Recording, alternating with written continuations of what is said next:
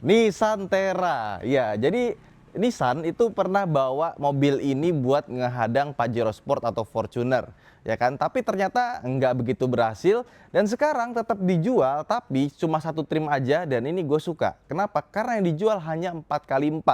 Kenapa gue suka? Karena emang secara desain mobil ini itu lebih off-roader kayaknya ya. Menurut pribadi gue sih dibandingkan dengan Fortuner atau Pajero Sport. Kayak misalkan pas kita duduk itu rasanya lebih tinggi. Dan kalau kita lihat dari luar juga, kaki-kakinya lebih gagah. Lihat tuh jaraknya. Tinggi banget ya kan. Dan dia punya ground clearance 220 mm, jadi gede sekali. Dan kalau dilihat itu emang ya pantasnya ini 4x4. Kayak misalkan dia punya tampilan kayak gini, tapi dia 4x2 rasanya kurang gimana gitu. Dan untuk yang varian facelift, ini jadi jauh lebih baik tampilan depannya. Kayak misalkan lampu depannya baru. Ini ada 4 buah proyektor ya, sama LED-nya jadi seperti di bentuknya. Grillnya juga makin bagus, fog lamp seperti itu, dan ini kayaknya kita tambahin bumper besi atau segala macam ini jadi lebih ganteng ya. Dan mobil ini basisnya dari Navara. Konon katanya Navara yang baru dan Terra yang baru nanti akan menggunakan basis yang sama dengan Mitsubishi Triton atau Mitsubishi Pajero Sport. Karena Nissan sudah mengakuisisi Mitsubishi. Nah, kalau misalkan nanti gabung sama Honda, harusnya nanti Honda juga punya mobil leather frame nih buat saingan sama Fortuner sama Pajero Sport. Yes, gue tahu banyak orang nggak suka dengan mobil leather frame, tapi toh nyatanya di real life mobil ini tetap laku, leather frame tetap laku. Dan karena mobil ini hanya dalam 4x4 saja, makanya harganya lumayan mahal. Untuk 2025 harganya sekarang segini. Ya. Dan sekarang juga ada new modelnya yang special edition. Kemarin baru di launching di IMS dan harganya jadi segini. Tadi gue udah baca, cuma gue lupa ya berapa. Oke, terus kita lihat mobilnya. Ada kamera all round view monitornya atau bird eye view. Di atasnya sini kita dapat, ini sebenarnya plastik ya, tapi kalau misalkan kita congkel di sini dibuka, itu bisa dijadiin tempat buat naruh roof bar. Nah, terus di sini kita dapat footstep aluminium. Ini kepake banget karena buat masuk mobil ini karena dia tinggi. Kalau dia nggak pakai footstep, naiknya agak lumayan. Ketika pakai footstep, kita pegangan sini, naiknya jadi lebih mudah. Terutama buat di belakang dan buat anak-anak. Karena ini memang mobil tinggi sekali, ya. Interiornya masih mirip kayak Navara karena masih satu generasi. Jadi door trimnya masih mirip, ya kan. Tombol power window segala macam. Cuma di bagian kulitnya di warna merah, sampai ke sini juga warna merah, dan interiornya dia sudah baru. Beda sama Nissan Terra yang lama. Ya, jadi lebih bagus. Gue suka, nanti kita akan bahas lebih lengkapnya, ya. Pintu belakang seperti ini, ada lekukannya besar. Seperti yang kita tahu mobil-mobil seperti ini biasanya floornya tinggi. Jadi meskipun dia tinggi besar, ya, pas kita masuk ke bagian belakangnya, jadi nggak tinggi-tinggi amat tuh. Ya, agak sedikit nangkring dikit, tapi ini yang kejadian juga di Pajero Sport sama Fortuner. Headroom lega, kita dapat monitor di belakang sini, ya, kayak Fortuner. Dan AC-nya itu ada di bagian sini, tengah-tengah. Sama buat controller juga ada di tengah. Jadi controllernya berkeadilan. Even yang belakang juga bisa ikut ngatur loh. Karena lebih dekat, ya. Nah, di tengahnya sini sayang sekali kita nggak dapat headrest, tapi dapat armrest, ya. Sama AC-nya selain ada di atas, dia juga ada di bawah, sama ada kabel USB, ya, C sama yang A. Oke, ke belakang gimana? Dia tuh sepertinya disiapin buat setir kiri ya, karena yang gabung tengahnya ini itu yang di sebelah kiri bukan sebelah kanan kayak mobil Tiongkok. Nah, ke belakang, nah ini maksudnya, yuk, seperti ini dia. Jadi kursi belakangnya memang nggak begitu nyaman karena dia leather frame, jadi frame-nya itu kayak tangga. Di sini tuh pasti bagian yang lebih tinggi. Nah, jadi kalau kita duduk di sini, kaki kita tuh naik seperti ini ya. Persis kayak Pajero Sport sama Fortuner, tapi ini lebih sempit lagi karena bagian sininya itu agak sedikit naik. Jadi kaki kita otomatis agak nyengsol ke bagian kanan sini, kecuali kita begini, kaki kirinya lebih tinggi. Nah, kita tutup. Ya, lumayan sempit, tapi tengahnya bisa dimajuin. Nah, kalau dimajuin gini jadi lebih enak, dan gue suka sama AC-nya di belakang sini, jadi nggak langsung kena kepala ya. Nah, di sebelah kiri ini lucu, ada colokan buat HDMI. Jadi kalau misalkan kita mau nyolokin Nintendo Switch atau semacamnya, itu bisa pakai layar di atas ya. Terus ada colokan buat USB-A juga ya. Jadi bisa buat ngecas. Nah, sekarang kita keluar dulu. One touch tumble. Nah kan keluarnya susah. Bagian belakangnya nggak terlalu banyak perbedaan dibandingkan dengan yang lama. Bisa kita lihat dari lampunya baru, bempernya baru, dan dia punya ini nih, kamera di bagian sini. Karena kalau misalkan spion belakangnya itu nyala, ya, dia kameranya ngambil dari sini. Dan ini kena sapuan wiper. Nanti buat teman-teman yang mau pasang spion digital pakai kamera, jangan taruh di bagian sini atau di bawahnya lagi. Kenapa? Karena ketika belakang ada mobil, dia kan lampunya di bawah ya. Kalau misalkan dia kena sorot lampu, dia akan silau. Tapi kalau di atas sini, enggak. Bahkan gue lebih seneng yang kayak gini karena nggak bisa dipakai sama supir buat ngintip ke bagian belakang. Jadi kita misalkan di row 2 ya, lagi ngapain gitu, nah itu nggak bisa diintip. Dia akan ngeliat langsung ke belakang lewat sini. Makanya cocok buat mobil-mobil pejabat. Tapi dia tetap punya kamera di bagian sini, buat kamera mundur sama buat itunya, bird eye view-nya. Nah, bagasinya dia tuh ada gundukan lagi di sini ya. Sebenarnya bisa dicopot, tapi kalau dicopot dia jadi nggak rata lantai. Karena ini kalau kita tarik seperti ini, oh di sini ya tariknya. Oke, dia bisa dijadiin rata lantai seperti ini ya.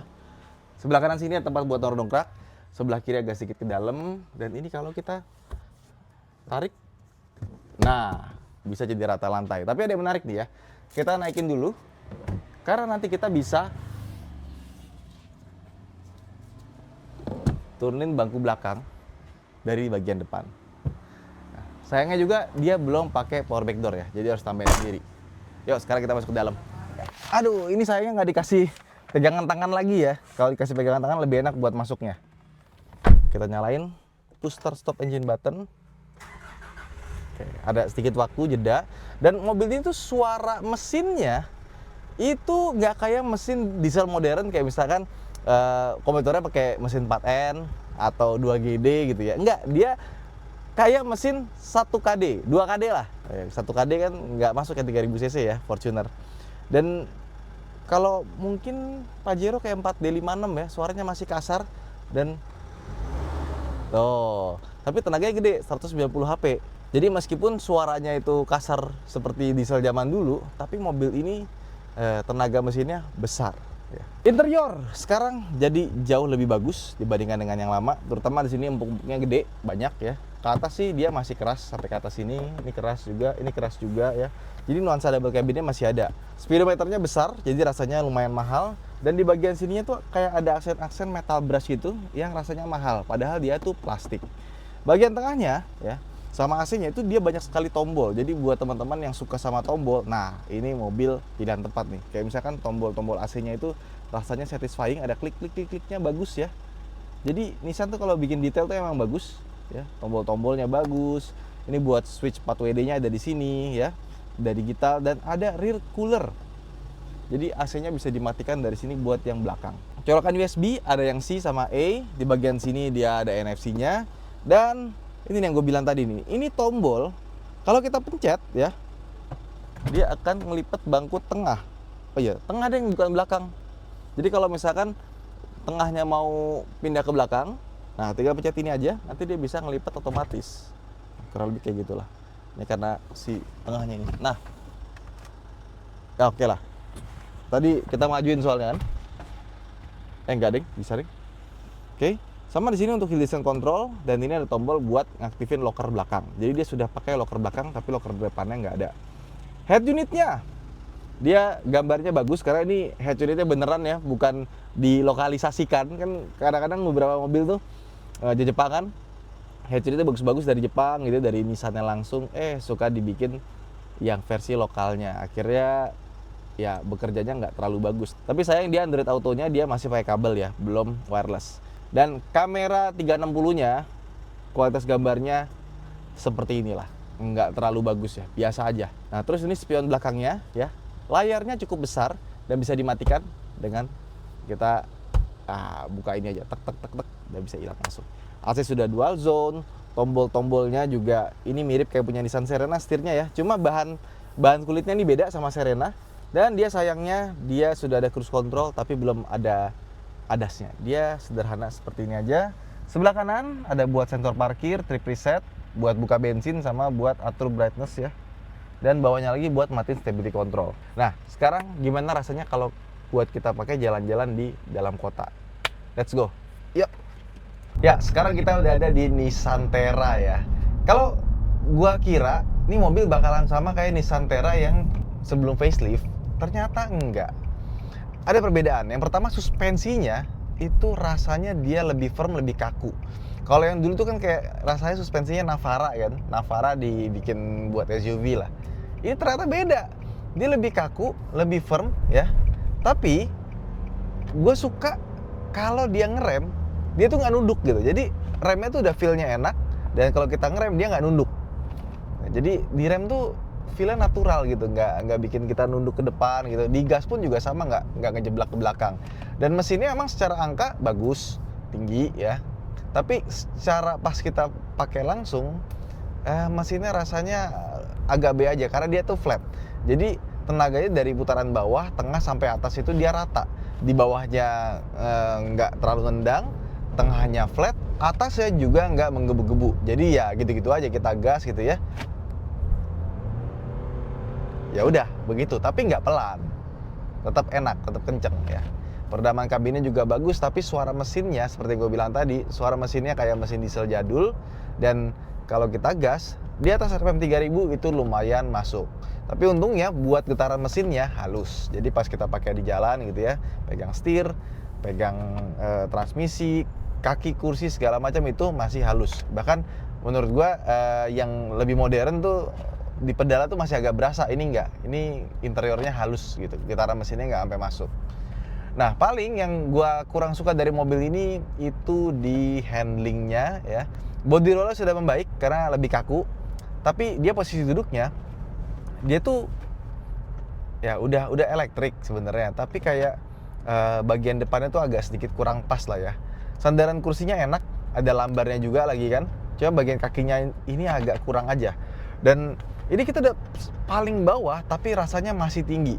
Udah gitu setirnya dia sudah tilt steering tapi belum teleskopik, dan kalau nggak teleskopik sebenarnya nggak apa-apa juga. Yang penting dia tuh agak sedikit maju gitu. Ini udah teleskopik yang nggak ada, menurut gue setirnya agak terlalu mundur gitu. Jadi posisinya buat megang setir itu ketika gua nyetir dengan tinggi gue 170 cm kurang begitu pas. Udah gitu kas mobil leather frame, ban besar ya, tentu saja handlingnya kalau kita belok tuh mesti dilurusin lagi ya. Nah, tapi yang gua nggak suka pas kita bawa di jalan-jalan kecil ya, mesti belok agak patah, puter balik, ini setirnya lumayan berat. Dan ketika kita gas di tempat lurus, dia nggak muter ngelurusin lagi secara otomatis. Jadi setirnya manual, mesti kita puter lagi gitu. Itu doang sih. Jadi pas kita pakai tuh harus agak sedikit effort di jalan-jalan perkotaan. Buat selap-selip gitu nggak lincah sama sekali di mobil. Tapi ketika kita buat tikungan, belok sedikit gitu ya, body rollnya masih terasa baik. Tapi ya itu. Jadi ini kalau misalkan kita ini depan Land Rover mau kita susul ya, set. Nah, rasanya tuh ada larinya, cuma nggak terlalu menggebu-gebu gitu loh. Untuk dapat 140 tuh masih gampang. Kan kalau Pajero Sport, Fortuner kan terasa kick-in-nya ya. Boost turbo itu gitu tuh berasa, nariknya tuh berasa gitu. Kalau ini rasanya kayak mesinnya santai aja gitu. Nggak ada tendangannya, tapi nggak pelan gitu. Cuma ya rasanya jadi kayak kurang gesit aja gitu, kurang seru lah ya. Tuh, lihat tuh, kita lihat Avanza di depan tuh atapnya kelihatan tuh, saking tingginya ini mobil. Gimana kalau kita tinggiin lagi, pasti lebih tinggi lagi. Dan beruntung ya karena dia punya posisi duduk yang tinggi, kap mesin depannya itu kelihatan dengan jelas ya. Pilar A-nya tebel tapi bagian sini masih kelihatan nih. Dan mobil ini juga punya konsumsi bahan bakar yang nggak terlalu irit ya. Jadi kita dapat sekitar 9 km per liter. Kalau tadi bawa di tol sekitar ya 12-14 dapat lah ya. Terus juga di mobil kan seperti gue bilang tadi, dia ada GPS Maps-nya. Bagus loh dia gambarnya tuh. Jadi sebelah kanannya peta, sebelah kirinya tuh dia ngasih tahu nih percabangannya, kita harus ambil yang mana. Jadi buat kemungkinan kita nyasar tuh lebih kecil ya.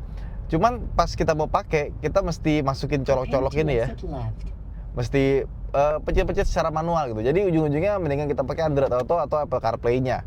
Nah, terus juga dia punya head unit audio itu sistem keseluruhan pakai Bose ya.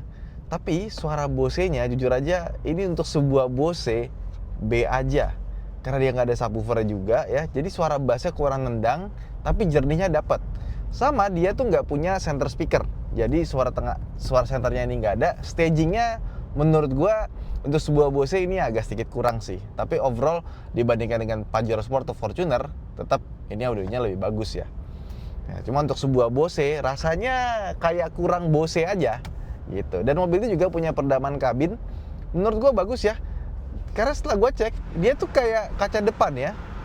Ini double glass bukan ya, tapi kayak double glass, tengahnya ada bolongan dikit, cuma nggak setebal double glass pada umumnya. Tapi untuk insulationnya, ini udah cukup oke. Jadi seperti khasnya Nissan ya, untuk kenyamanan dia memang dibanding Fortuner sama Pajero Sport, nggak sebut Pajero Sport, cuma menurut gue ini lebih nyaman sih.